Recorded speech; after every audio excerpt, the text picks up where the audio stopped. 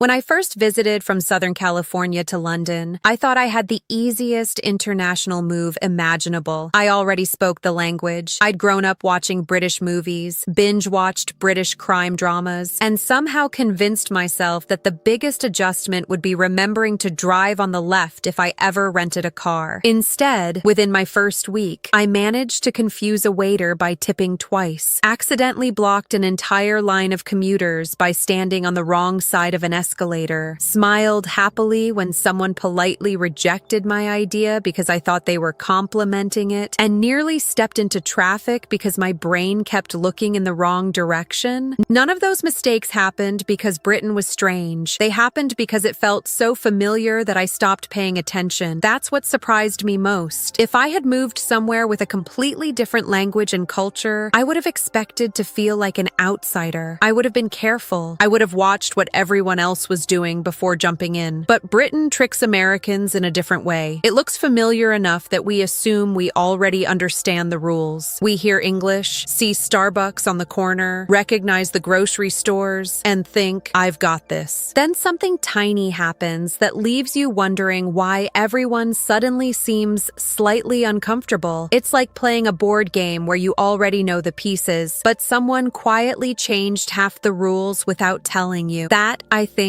is the biggest mistake Americans make when visiting Britain. It's not really about tipping or queuing or saying cheers instead of thanks. Those are just symptoms. The real mistake is believing Britain is basically America wearing older clothes. The longer I've lived here, the more I've realized that these two countries may share a language, but they're running on completely different social operating systems. And once you start noticing that, hundreds of little interactions suddenly make sense in ways they never did before. Take tipping, for example. If you ask most Americans what cultural mistake they're worried about making in Britain, tipping is usually near the top of the list. It certainly was for me. I didn't want to seem rude or cheap, so I did what any nervous American would probably do. I tipped generously. In fact, I tipped so generously that I accidentally paid twice. I looked at the bill, saw the total, added another tip on top, smiled proudly, and walked away, thinking I'd done the polite thing. It wasn't until later that someone explained the bill had already included a service charge. I hadn't been generous. I'd just been confused. If you're enjoying this journey through Britain with me, take a second to hit like and subscribe so that YouTube could recommend you my future videos. The funny part is that the waiter never stopped me. Nobody chased me down the street waving extra money. Everyone simply accepted that I'd chosen to leave more. And honestly, I don't blame them. But that awkward little moment made me realize something much bigger. I hadn't misunderstood basic math. I had misunderstood an entire economic system. In America, tipping isn't really optional in many situations because the tip is often part of the worker's actual income. Federal law still allows tipped employees in some places to earn a base wage as low as a few dollars an hour before tips make up the difference. That's why Americans feel genuine anxiety about leaving too little. We aren't just rewarding service. We're helping pay someone's paycheck. Britain was built differently. Restaurant staff are paid at least the statutory minimum wage or national living wage, regardless of whether customers leave a tip. That completely changes the psychology. Here, a tip is generally meant to reward excellent service rather than fill a gap in someone's wages. Many restaurants automatically add a discretionary service charge, often around 12.5% to the bill, which means the decision has already been made for you unless you ask for it to be removed. If you don't notice that line on the receipt, it's surprisingly easy to tip twice like I did. Suddenly, what felt like generosity becomes an expensive misunderstanding. What's interesting is that this difference is actually becoming a little blurrier. In the United States, tipping seems to have spread everywhere. Coffee shops, self-checkout machines, bakeries, food trucks. Sometimes it feels like every payment screen asks whether you'd like to leave another tip. Even Americans have started talking about tipping fatigue. Meanwhile, in London, card machines occasionally prompt for extra tips in places that traditionally never expected them. The cultures are drifting slightly closer together, but they still haven't met in the middle. So an American visitor can still end up feeling guilty for not adding extra money, while a British visitor to the United States might accidentally offend someone by simply rounding up the bill. believing that's perfectly generous. Once I started paying attention, I realized tipping wasn't really about money at all. It was about assumptions. Americans assume not tipping means you failed someone. Britons often assume the service charge has already handled the situation, unless you truly want to recognize exceptional service. Two perfectly reasonable ways of thinking, built by two completely different histories. That's why what seems like a simple travel tip, check if service is included, actually tells you something much deeper about how each country decided workers should be paid in the first place. The same thing happened to me with something even more ordinary, standing in line, or as everyone here says, queuing. At first, I honestly thought Americans and Britons queued the same way. People arrive, people wait, people get served, end of story. Then one afternoon, I watched someone accidentally edge ahead of another person at a busy station. Nobody yelled, nobody caused a scene, but the entire atmosphere changed. There were quiet glances, tiny sighs, one very British little tut, and somehow everyone in the area silently agreed that a terrible injustice had just occurred. Back home, cutting in line is definitely rude, but it often feels like someone breaking a practical rule. In Britain, it feels closer to breaking a moral rule. The more I learned, the more fascinating that became. Historians have traced Britain's devotion to orderly queues back through industrialization, when growing cities suddenly had thousands of strangers competing for trains, shops, and services. During World War II, rationing reinforced the idea that everyone, regardless of class or background, waited their turn. Standing in line became more than organization, it became a quiet expression of fairness. That explains something I'd never understood before.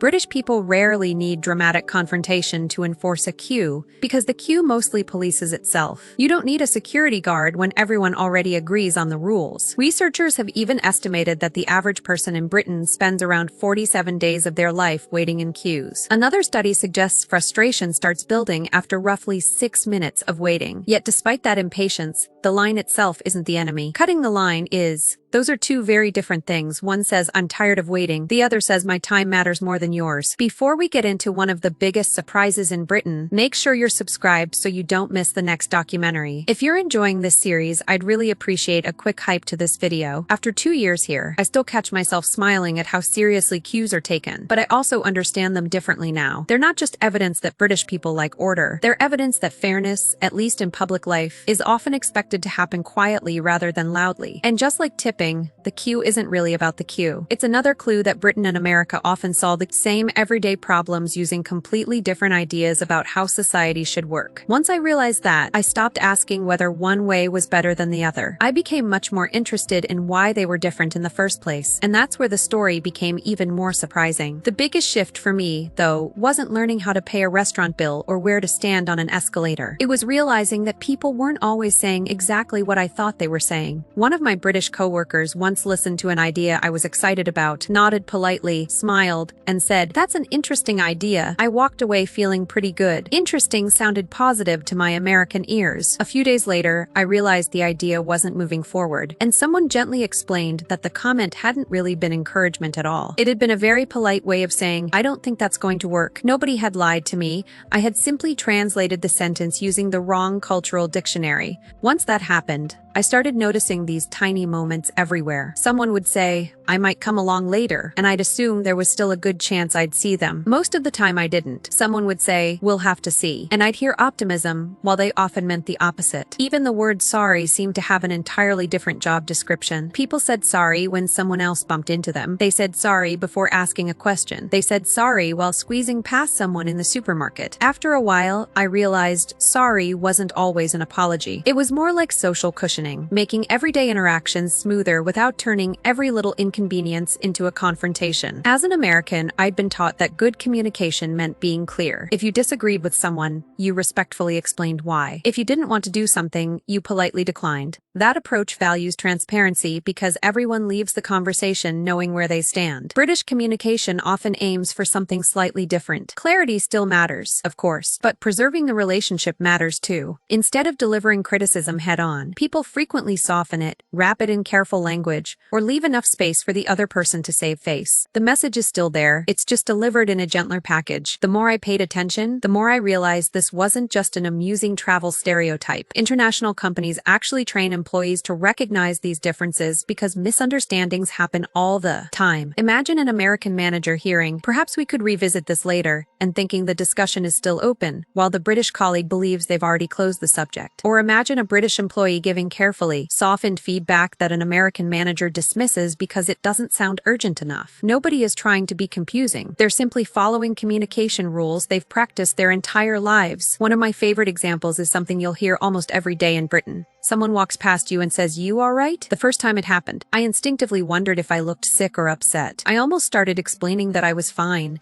just tired from unpacking boxes. Then I realized they weren't asking about my health at all. It was basically another way of saying hello. These tiny phrases become little reminders that sharing a language isn't the same as sharing meanings. Sometimes the words are identical, while the conversation underneath them is completely different. Looking back, I don't think British people were ever difficult to understand. I think I was listening through an American filter. Every culture develops invisible habits that feel so normal you don't even notice they're there until they stop working somewhere else. That realization was strangely comforting because it replaced embarrassment with curiosity. Instead of worrying that I'd somehow offended someone, I started asking myself a different question. What does this interaction mean from their perspective? That one question changed almost every conversation I had afterward. Once I stopped trying to decode every sentence, I began noticing something else that challenged my assumptions. London itself wasn't behaving the way I'd expected either. Before moving here, I couldn't imagine living without a car. Southern California teaches you that your car isn't just transportation. It's freedom. Grocery shopping, visiting friends, grabbing coffee, running errands. Everything revolves around driving. So when I arrived in London, I naturally assumed I'd eventually need a car to feel settled. Instead, something unexpected happened. After a few months, I realized I hadn't missed driving nearly as much as I thought I would. My daily routine quietly transformed without me planning it. I'd walk to the tube station, take the underground across the city, grab groceries on the way home, and wander through neighborhoods simply because they were interesting. Sometimes I'd choose to walk 20 or 30 minutes instead of taking public transport because the walk itself became part of the day. Roughly a quarter of all trips made in London happen entirely on foot, and after living here, that statistic suddenly made perfect sense. The city wasn't asking me to drive less. It had simply been built long before cars existed, so walking often remained the most natural way to experience it. That doesn't mean the whole country is some giant pedestrian paradise. That's another misconception Americans sometimes develop after spending a weekend in central London. Venture farther into outer London or much of the rest of Britain, and cars become far more important. That's what makes London so interesting. It refuses to fit into simple stereotypes. Americans often overestimate how much they need a car in the city center, then underestimate how useful one can become outside it. The truth sits somewhere comfortably in between, shaped by geography rather than ideology. Walking also changed the way I looked at the buildings around me. Back in California, I would probably have driven past a row of houses without giving them much thought. Here, I found myself staring at long terraces of brick homes, wondering why they all looked connected.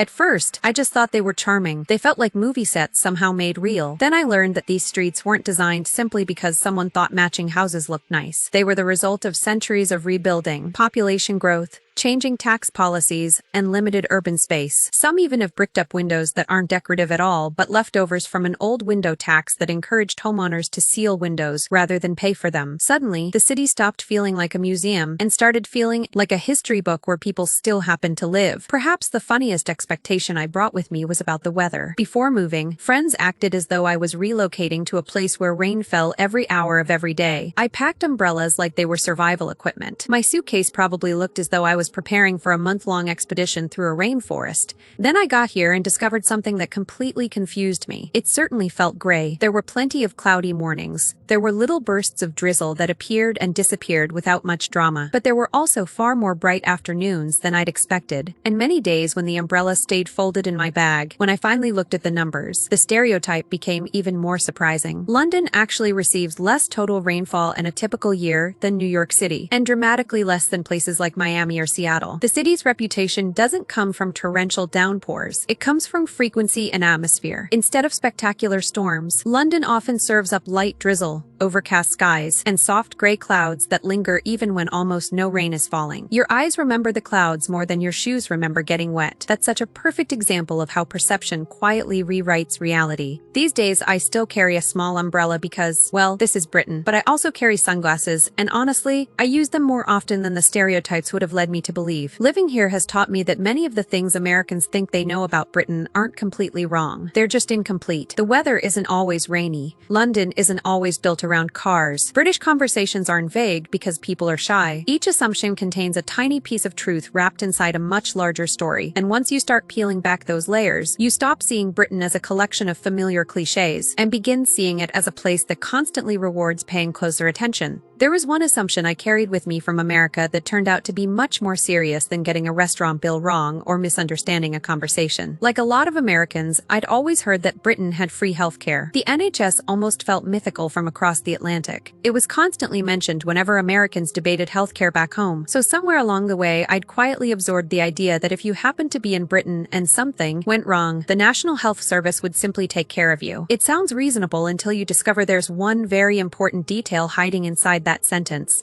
The NHS was created after World War II around a remarkably simple principle. Healthcare should be based on clinical need rather than a person's ability to pay. That's one reason it occupies such a special place in British culture. People don't just see it as a healthcare system, many see it as part of the country's identity. But free at the point of use doesn't mean free for absolutely everyone. Visitors from the United States aren't automatically covered beyond emergency stabilization, and depending on the treatment, they can be charged for care. Even people like me who moved here legally don't simply arrive and receive unlimited access by default. Most long-term visa holders pay an immigration health surcharge as part of the visa process to access NHS services. That was one of those moments where I realized headlines had simplified a much more complicated reality. It's easy to assume another country's system works exactly the way you've heard it described in political conversations. But everyday life is always more nuanced than a debate on television. If you're visiting Britain, travel insurance isn't just another boring item on a checklist. It could save you a very expensive surprise. Once again, the mistake isn't being careless. It's assuming you already understand a system because you've heard about it from far away. Then there are the things you don't even realize you're missing. One of the most fascinating discoveries I've made since living here is that British people often hear information in someone's voice that I don't hear at all. When I first arrived, most British accents simply sounded British. Sure, I could recognize a Scottish accent or a London accent if it was obvious enough, but beyond that, I was mostly guessing. Friends would immediately identify where someone grew up, make assumptions about their background, or recognize hints about class, education, or region from just a few sentences. Meanwhile, I was still thinking, they sound nice. That difference isn't just anecdotal. Researchers have found that accent bias in Britain can influence how people perceive competence, professionalism,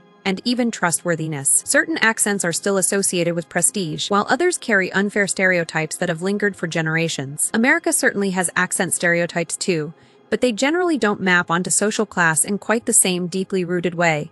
Growing up in California, I might notice someone had a Southern accent or a Boston accent, but I wasn't unconsciously placing them into a centuries-old social framework. In Britain, history has left a much deeper fingerprint on the way voices are interpreted. I actually find that strangely humbling because it reminds me how much cultural information exists beneath the surface of everyday life. There are conversations happening all around me that contain layers I still can't fully hear. No matter how fluent my English is, that's one of the unexpected gifts of living abroad. You stop assuming you're seeing the entire picture. Instead, you become comfortable knowing that every place has invisible codes only locals fully understand. Rather than feeling excluded by that, I've started appreciating it. It means there's always something new left to learn. Of course, some differences are impossible to ignore. Driving on the left is probably Britain's most famous adjustment for American visitors. And yes, your brain really does argue with you at first. I still remember standing at a crosswalk, looking confidently in the direction I'd looked my entire life, taking one step forward, and immediately realizing every car was approaching from the opposite side. It was one of those moments where muscle memory almost overruled common sense. Suddenly, all those giant look right and look left signs painted on the pavement stopped looking decorative and started looking like public safety announcements written specifically for people like me. If this video changed the way you think about Britain, I'd love to have you back for the next adventure. Subscribe, leave a like if you enjoyed it, and let me know in the comments what surprised you the most.